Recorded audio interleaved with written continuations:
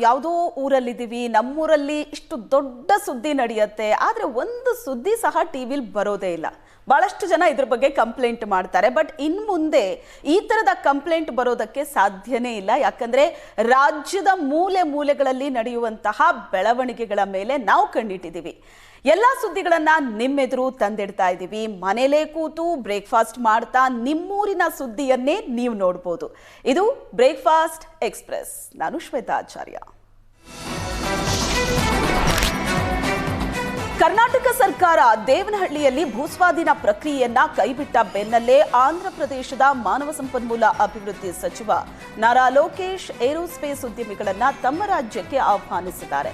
1777 ಎಕರೆ ಭೂಸ್ವಾಧೀನಕ್ಕೆ ಸರ್ಕಾರ ಹೊರಡಿಸಿದ್ದ final notification ಅನ್ನ ಕರ್ನಾಟಕ ಸರ್ಕಾರ ರದ್ದು ಮಾಡಿದೆ. ಇದರ ಬಗ್ಗೆ ಎಕ್ಸ್ನಲ್ಲಿ ಪೋಸ್ಟ್ ಮಾಡಿರೋ ನಾರಾ ಲೋಕೇಶ್, ಈ ವಿಚಾರ ಕೇಳಿ ಬೇಸರ ಆಯಿತು. ನಿಮಗಾಗಿ ನನ್ನ ಬಳಿ ಇನ್ನೊಂದು ಉತ್ತಮ ಉಪಾಯ ಇದೆ. ನೀವು ಆಂಧ್ರ ಪ್ರದೇಶದಲ್ಲಿ ಯಾಕೆ ಜಾಗ ನೋಡಬಾರದು? ಪ್ರೋತ್ಸಾಹ ಧನ ಮತ್ತು 8,000 ಎಕರೆಗಳಿಗೂ ಹೆಚ್ಚು ಭೂಮಿ ನಿಮಗಾಗಿ ಸಿದ್ಧವಿದೆ. ಶೀಘ್ರದಲ್ಲೇ ನಿಮ್ಮನ್ನ ಭೇಟಿಯಾಗಿ ಚರ್ಚಿಸಲು ಬಯಸ್ತೀನಿ ಅಂತ ಏರೋಸ್ಪೇಸ್ ಉದ್ಯಮಿಗಳಿಗೆ ಕರೆ ಕೊಟ್ಟಿದ್ದಾರೆ. ಆಕ್ಸಿಯಂ 4 ಮಿಷನ್ ಭಾಗವಾಗಿ ಅಂತಾರಾಷ್ಟ್ರೀಯ ಬಾಹ್ಯಾಕಾಶ ನಿಲ್ದಾಣದಲ್ಲಿ 18 ದಿನಗಳ ವಾಸ್ತವ್ಯದ ನಂತರ ನಿನ್ನೆ ಭೂಮಿಗೆ ಮರಳಿರೋ ಶುಭಾಂಶು ಶುಕ್ಲಾ ಅವರು ಆಗಸ್ಟ್ 17ರ ಒಳಗೆ ಭಾರತಕ್ಕೆ ಆಗಮಿಸುವ ನಿರೀಕ್ಷೆ ಇದೆ. ಈ ಬಗ್ಗೆ ಕೇಂದ್ರ ಸಚಿವ ಜಿತೇಂದ್ರ ಸಿಂಗ್ ಮಾಹಿತಿ ನೀಡಿದ್ದಾರೆ. ಶುಕ್ಲಾ ಸೇರಿದಂತೆ 4 ಗಗನಯಾತ್ರಿಗಳು ಅಮೆರಿಕದ ಕ್ಯಾಲಿಫೋರ್ನಿಯಾ ಕರಾವಳಿಯಲ್ಲಿ ಯಶಸ್ವಿಯಾಗಿ ಸ್ಕ್ವಾಶ್ ಲ್ಯಾಂಡ್ ಆಗಿದ್ದಾರೆ. ಭೂಮಿ ಆಗಮಿಸಿದ ನಂತರ ಕೆಲವು ಮಾರ್ಗಸೂಚಿ ಅನುಸರಿಸಬೇಕಾಗಿದೆ. ಅವರ ಪುನಶ್ಚೇತನ ವಿವರಣೆ ಅವಧಿಗಳು ಮತ್ತು ಇಸ್ರೋ ಜೊತೆ ಸರಣಿ ಚರ್ಚೆಗಳ ನಂತರ ಆಗಸ್ಟ್ 17ರ ಒಳಗೆ ದೆಹಲಿಗೆ ಆಗಮಿಸುವ ನಿರೀಕ್ಷೆ ಇದೆ.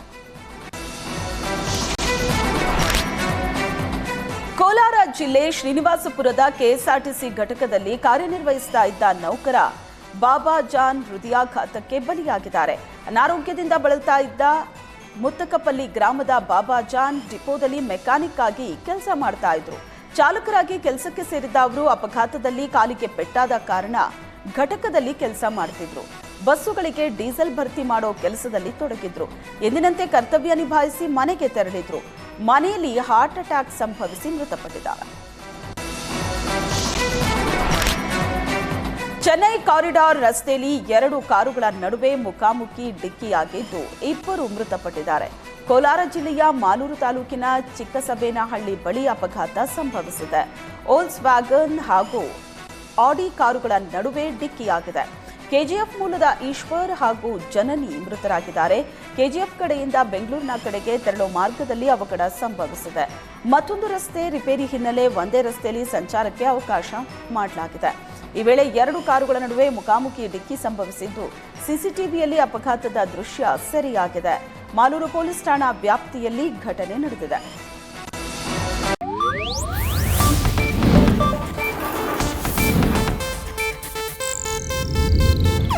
ಇದು ಏಷ್ಯಾನೆಟ್ ನ್ಯೂಸ್ ನೆಟ್ವರ್ಕ್ ಪ್ರಸ್ತುತಿ.